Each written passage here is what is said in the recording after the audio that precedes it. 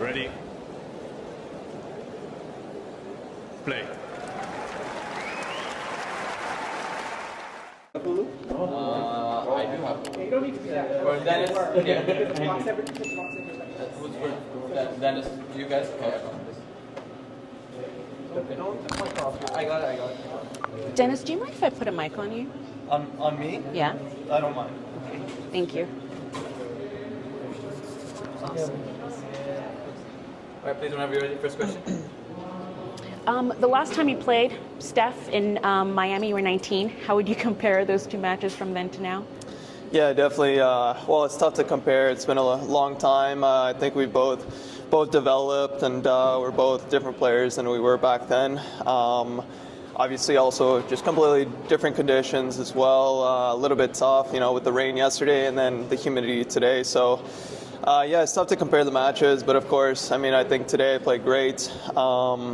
Obviously, took advantage of the points early, tried to stay on top of him, make him feel the pressure, and yeah, I was able to kind of stay on top of him the whole match.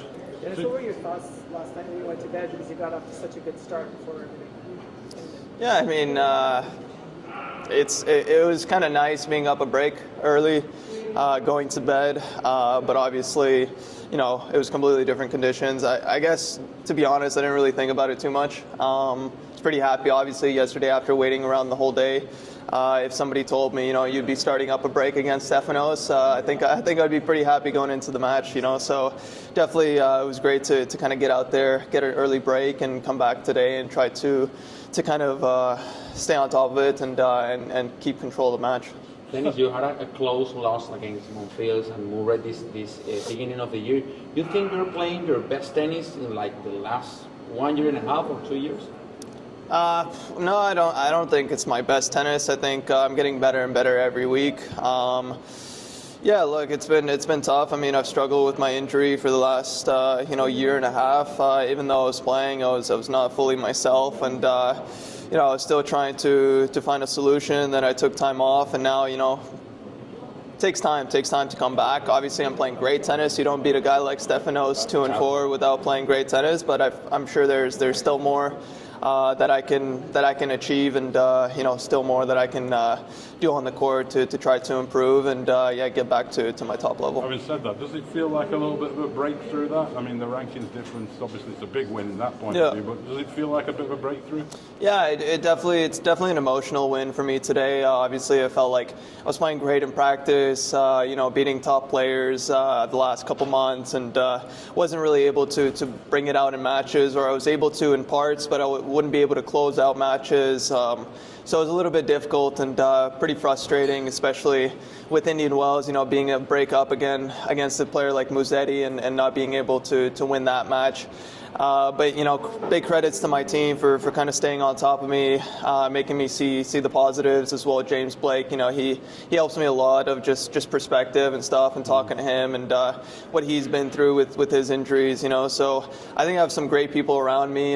They help me a lot, and they help me just keep moving forward and maintaining perspective. And I've been working really hard, and it's definitely like just a good feeling to win today against a player like Stefanos.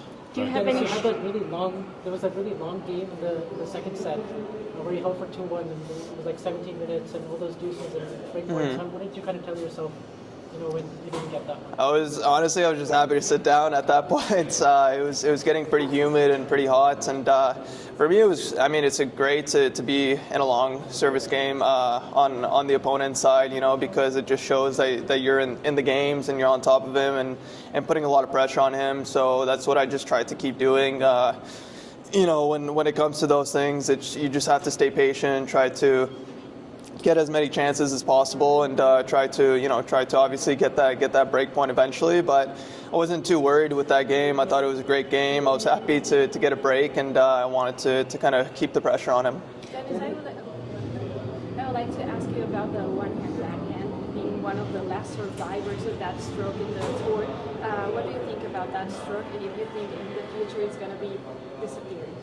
No, I don't think it's ever going to disappear. Obviously, there's less and less players using it, but I'm constantly hitting with some juniors, and I see them having one-handers, and I think there's still a generation that that watched Roger growing up that's really going to want to have one-handers, and I'm hoping we have a couple one-handers in the top 10 again soon to just kind of like keep that in tennis for sure. But I do think in some conditions, in some courts, it is an advantage. You can be definitely more creative with it, and you get obviously more power with it as well. So I don't think it's going to go away completely. I think there's always going to be players, but I think obviously the majority will be two-handers.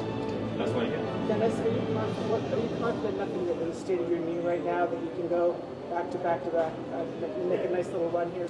Yeah, 100% faith in it. I wouldn't be coming back on tour if I wasn't sure that it's healthy and it's ready. So again, it could flare up.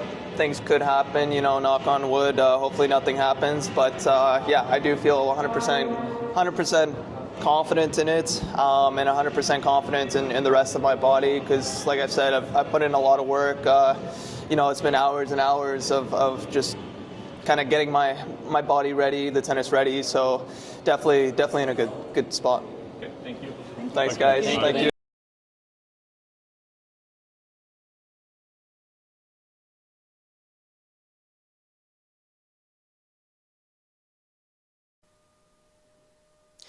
If you enjoyed this video, make sure you hit that like button. Don't forget to subscribe and click that notification bell so you don't miss out on all things tennis.